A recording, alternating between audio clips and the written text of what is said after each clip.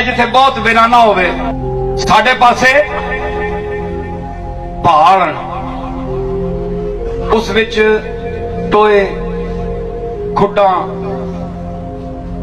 वीरान जियां जगह उथे जिन्नात दा डेरा हुंदा है। जिन्नात दा इसी वास्ते किताबां च आया दरख्तां दे तले पेशाब ना करया करो, जिन्हां दे डेरे हुंदे ने हड्डियां नाल पेशाब पूंजना मना है। हदीस च आया हड्डी दे नाल दरख्तां दे तले सायादार दरख्तां दे तले पेशाब ना करो, जिन फड़ लैंदे ने, उन्हां दे बच्चे हुंदे ने, कहंदे ने साडे उत्ते पेशाब कर दित्ता तुसां, मखलूक नजर नहीं आंदी।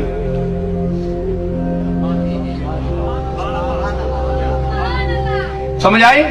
उत्थे हुण भी जिन्नात हन ते राती साडे कोल किसी जमाने च बत्तियां बलदियां सन, लाइटां मशाल मिशल मिशल तू मशालां कहंदे साडे इलाके च, मशालां बलदियां, ਉਹ ਡੈਣਾ ਹੁੰਦੀਆਂ, ਡੈਣਾ